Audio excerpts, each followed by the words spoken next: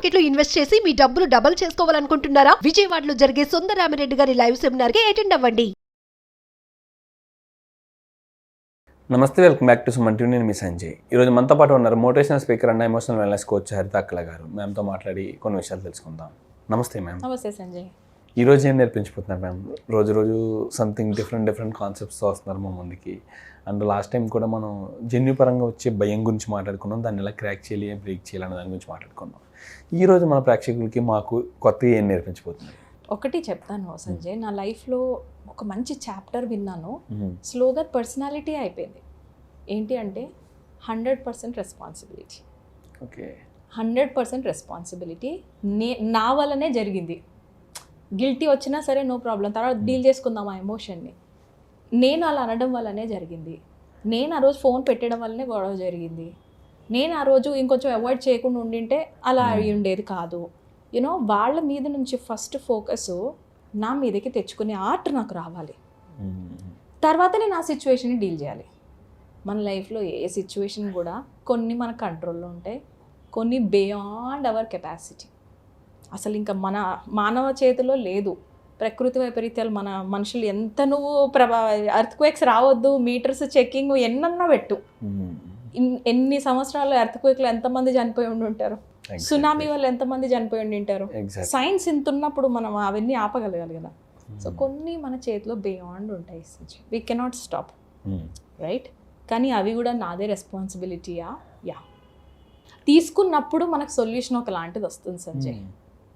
అంటే మరీ ప్రకృతి వైపరీత్యాలు అన్నాను, బట్ మన లైఫ్లోని ఇంకా చెప్పాలంటే ఇన్ఫ్యాక్ట్ హోపనోపనో హీలర్ అది కూడా నా రెస్పాన్సిబిలిటీ అంటాడు.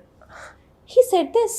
అవును, నేను ఏదో ప్లాస్టిక్ వేసింటాను ఏదో జన్మలోని, లేకపోతే నేనే ఏదో కనిపెట్టుంటాను, దానివల్ల ఇప్పుడు ఇలా ఇక్కడ దాకా వచ్చింది, అందుకే నేను ఇప్పుడు ప్లాస్టిక్ ఆపుతాను. నా వల్ల జరుగుతుంది. సో నేను మళ్ళీ మారితే ప్రపంచం మారిపోద్ది. This is a very strong mind set. I want to change. I have to change for the world to change. ఇది నిజంగా కరెక్ట్ అండి. Yes సంజయ్, ఇది కొంచెం tough but still we can do it. నేను మారాలి, నా పక్కన వాళ్ళు కాదు. దానికి మనకు బాగా హెల్ప్ అయ్యేది అంటే మాత్రం ఇది Sanjay. I love this sentence. చదువు. You are not what happens to you, you are who you choose to become. అంటే I am not what happens to me. నాకు జరిగిన కష్టాల వల్ల నేను డిఫైన్ చేసుకున్న పర్సను, నేను ఇంతే లూజరు, నాకేం కాదు, నా వల్ల చేత కాదు అనుకున్న పర్సన్ కాదు నేను. ఇప్పుడు ఏంటి ఇప్పుడు నేను ఏం చూస్ చేసుకుంటాను? Do I want myself to be a fighter or a loser? It defines you కదా. ప్రపంచాన్ని వదిలేసేయి, బట్ సెల్ఫ్ రెస్పెక్ట్తో అయితే బతుకుతాం అట్లీస్ట్, రైట్? నాకు నేను ఇప్పుడు ఈ సిచ్యువేషన్ వచ్చింది, లూజర్ లాగా వదిలేసి వెళ్ళిపోదామా వెనక్కి? లేకపోతే అది ఫేస్ చేసి రేపు పొద్దున్న నాకు నేను అరే హరిత your such a fighter yeah, ఇక్కడ రెస్పెక్ట్ ఉందా, అక్కడ రెస్పెక్ట్ ఉందా? రెస్ట్ ఆఫ్ ద లైఫ్ అరే నేను ఆడ వదిలేదు కాకుండా, నేను జాబ్ వదిలేదు కాకుండా, లేకపోతే ఇప్పటికి ఎట్లా ఉంటుంటే నా ఫ్రెండ్లు చూడు ఎంత బాగా సెటిల్ అయినారో, ఆ మైండ్ సెట్ బాగుందా? లేకపోతే అరే ఇప్పుడు మాత్రం నీకేం తక్కువ Haritha, your always a fighter, ఎన్ని సిచ్యువేషన్స్ వచ్చినా బతుకున్నావు, అదే గ్రేటే నీకు. Can you see? సో ఫైటర్గా బతకడం నేర్చుకున్నాము. Who I choose to become is important. వచ్చిన ఈ విక్టిమ్ మోడ్లోకి వెళ్ళిపోయాలా? నా వల్ల కాదు సంజయ్, జరిగింది యాక్చువల్గా మా రిలేటివ్స్ వల్ల నా లైఫ్ బాగాలేదు, మా ఫ్రెండ్స్ వల్ల లైఫ్ బాగాలేదు అలా అనుకున్నా. నాకు ఇంత స్ట్రాంగ్ రిలేటివ్స్ ఉన్నారు కాబట్టే నా పెళ్ళి చేయగలిగారా?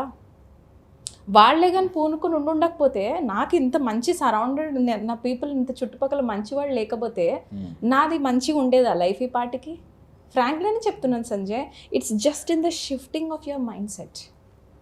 మన బ్రెయిన్ ఎప్పుడు కూడా నెగటివ్ ఆలోచిస్తుంది.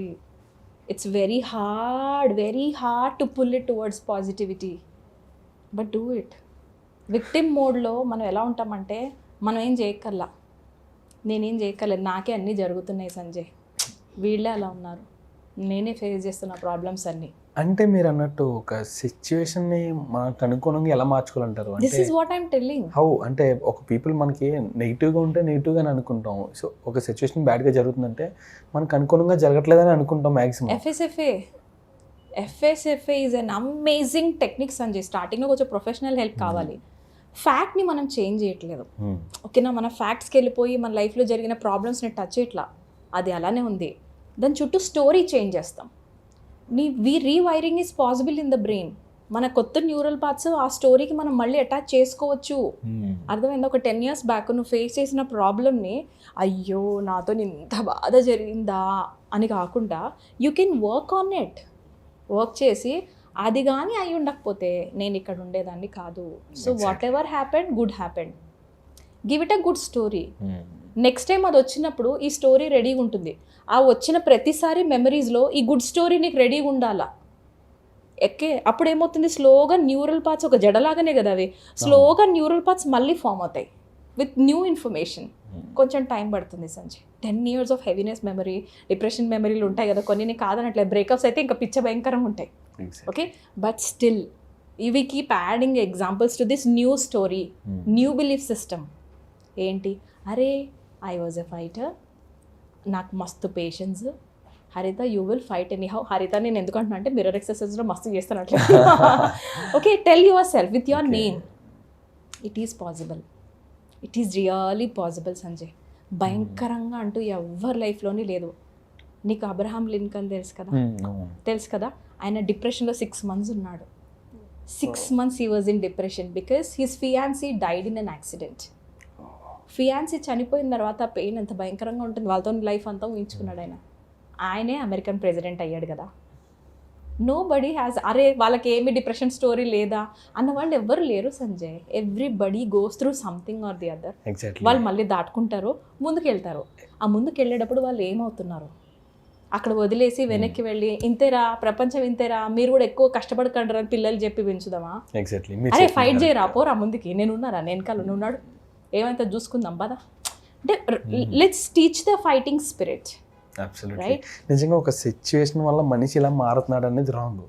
ఒక సిచ్యువేషన్ మనం ఎలా ఫేస్ చేస్తున్నాం అన్నది కరెక్ట్. మీరు చెప్పినట్టుగా ఈ నా లైఫ్లో ఈ సిచ్యువేషన్ జరగకుండా ఉంటే నేను ఇలా మారకుండా ఉండేమో, నా లైఫ్ వేరేలా ఉండేదేమో అన్న ఆలోచనలో ఉంటారు చాలామంది. దాన్ని ఫేస్ చేసి నువ్వు అక్కడికి వెళ్ళొచ్చుగా, సంథింగ్ అది నువ్వు అనుకున్నది చేయొచ్చుగా, దాన్ని అధిగమించి. అంటే యాక్చువల్లీ అది జరగడం వల్ల నేను ఆగిపోయింది తప్పితే నేను ఇలా ఆగిపోతాను అనుకున్నాడు కాబట్టి ఆగిపోయాడు ఆయన.